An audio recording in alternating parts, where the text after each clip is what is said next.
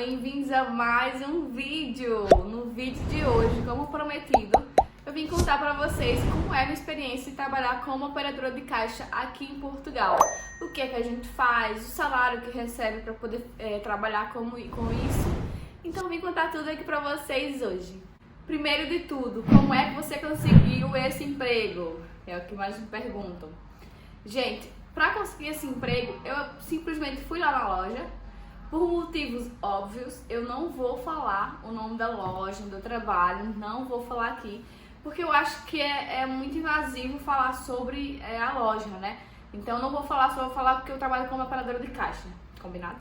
Cheguei lá para colocar o currículo e aí perguntei se estava precisando de gente, eles disseram que sim. E aí, normalmente aqui em Portugal, quando você vai procurar emprego, eles te dão uma ficha para você preencher, uma ficha da própria empresa, tipo uma ficha de candidatura, que eles falam aqui. E aí você vai preencher essa ficha de candidatura e vai colocar junto um currículo com foto, foi o que eles pediram. Aí eu fiz isso, entreguei a eles e depois de não sei se foi 2 dias, foi alguns dias depois, eu não lembro direito, eles me ligaram pra fazer entrevista. Só que na hora que me ligaram, disseram que era pra fazer entrevista pra trabalhar não aqui em Pombal, mas em outro local. E eu fiquei assim, bem na dúvida se eu ia ou se não, porque no tempo a gente não tinha carro. Eu não tinha como ir pra esse lugar. E eu fiquei assim, eu disse que ia, mas não sabia realmente se ia pra essa entrevista. E aí, chegou o dia da entrevista e eu fiquei, eu vou ou não vou? E aí eu decidi que eu vou tentar, vamos ver o que vai acontecer. E aí fui pra entrevista no dia e fiz a entrevista foi bem tranquila. Só me perguntaram algumas coisas sobre a minha vida, por que eu vim para Portugal. É entrevista normal, gente, como a do Brasil. Só conversa com você, pergunta algumas coisas e pronto. E aí fiz a entrevista, passei. E nisso eu estava pensando que eu ia para outro local. E aí na entrevista lá, a dona me falou que era para trabalhar aqui em Pombal mesmo. E aí eu fiquei, meu Deus, se eu não tivesse ido para a entrevista, eu tinha perdido o emprego, né, para trabalhar aqui, porque eu estava pensando que era para ser em outro local. E afinal precisavam de gente para Pombal, porque iam sair umas meninas e precisavam de gente para a caixa em Pombal. E ela perguntou sobre a minha experiência, que eu tinha experiência. Eu tenho uma experiência que eu trabalhei no Brasil como atendente numa conveniência, no posto de gasolina. Trabalhando como atendente, eu mexia no caixa, né? Eu trabalhava com caixa, limpava, fazia café. Então, nisso eu contei a minha experiência que eu tive no Brasil. E aqui em Portugal eu não tinha nenhuma experiência. Eu tinha um mês e meio de Portugal. E eu não tinha nenhuma experiência de trabalho, que eu não tinha trabalhado nada aqui. Então eu contei sobre a minha experiência no Brasil, tá? Já entreguei os documentos no mesmo dia da entrevista. Aí me deram as fardas e já ia começar no dia seguinte a trabalhar como operadora de caixa. E aí no dia seguinte cheguei lá, tava com medo, que você não tem noção. Eu não entendia muito bem o que eles falavam, porque no começo, né, você fica... Não entendi muito bem, mas eu fui assim, porque eu precisava trabalhar. E fui, e nisso eles me ensinaram, me treinaram por mais ou menos 2, 3 dias a mexer na caixa, né, a fazer caixa, a passar dinheiro, troco, a mexer no computador. Então me ensinaram tudo direitinho. Nisso vocês não precisam se preocupar, porque sempre vai ter alguém pra te treinar, pra fazer tua formação, que eles falam fazer formação. Então sempre vai ter alguém lá pra te auxiliar, pelo menos nos primeiros dias. Então me auxiliaram, me ajudaram, disseram como é que era pra fazer tudo. Então deixa eu colocar aqui os pontos que eu achei bem diferente. Já como eu trabalhei como caixa no Brasil e operador de caixa aqui em Portugal, eu vou colocar alguns pontos que eu achei diferente trabalhar como caixa do Brasil para Portugal. Aqui em Portugal, como eu já tenho um vídeo falando sobre as moedinhas, né?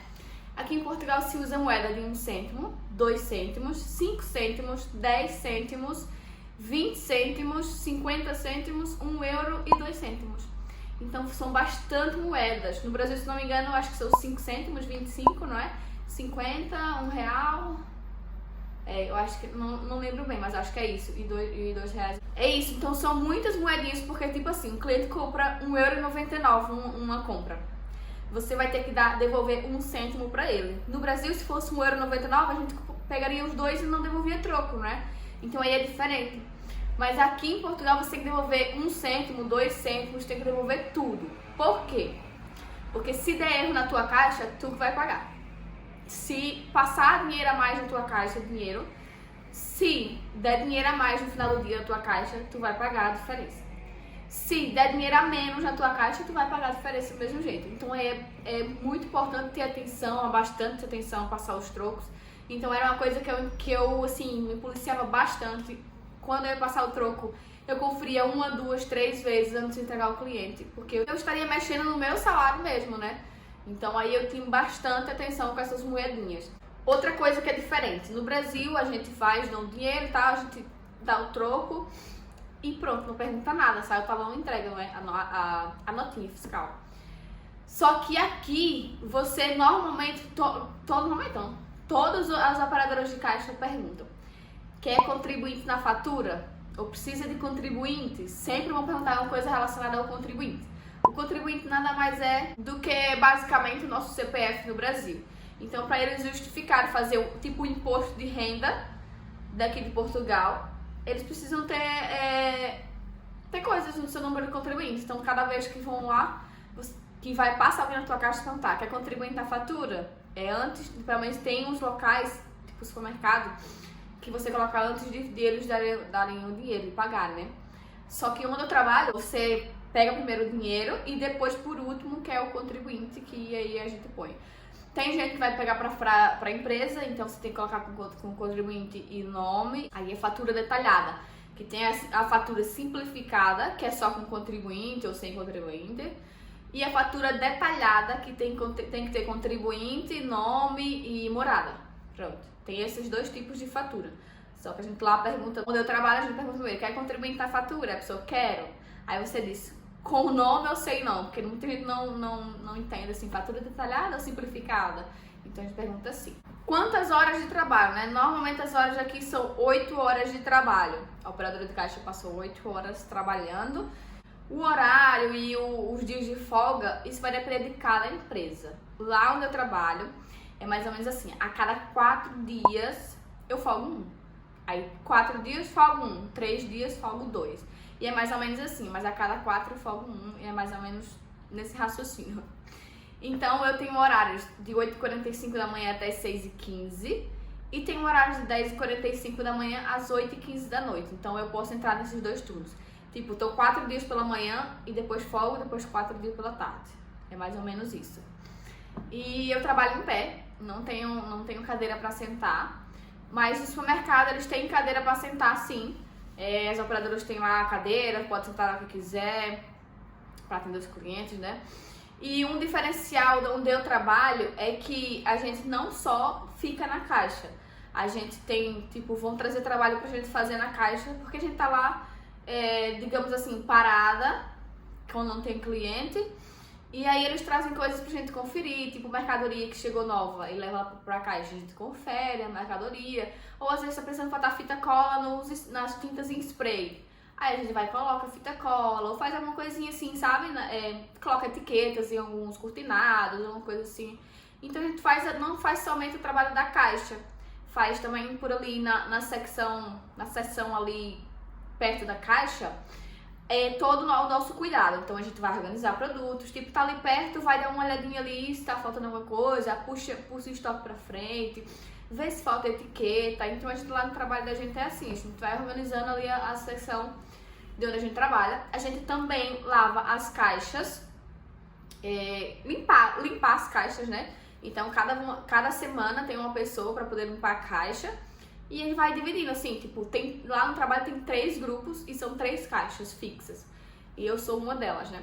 Então a gente vai dividindo, assim, tipo, uma semana limpa um, outra semana limpa o outro, outra semana limpa outro. Então fica, assim, bem dividido, sabe? Não fica pesado pra nenhum e aí é tranquilo limpar a caixa, só organizar, arrumar, limpar. E a secção ali à volta da caixa toda por responsabilidade da gente. Às vezes também vamos pra loja, vai arrumar material, vai fazer alguma coisa na loja, até porque pra gente aprender bastante também sobre os produtos da loja, sobre como funciona lá pra atender clientes, né, na loja, que é diferente de você atender na caixa. Então isso é bom porque a gente vai aprendendo bastante coisa. Eu ficava assim, louca, sem saber nada, sem saber explicar nada pro cliente. E hoje em dia, com minha experiência lá, 2 anos trabalhando lá, eu consigo explicar uma coisa pro cliente, eu consigo atender cliente sem pedir ajuda, assim, tanta ajuda, né? Só quando é uma coisa muito específica, aí eu peço ajuda, mas assim, com a experiência você vai conseguindo atender bem os clientes. E em supermercados também são assim, elas não apenas ficam na caixa atendendo o cliente o tempo todo, elas vão também para a loja.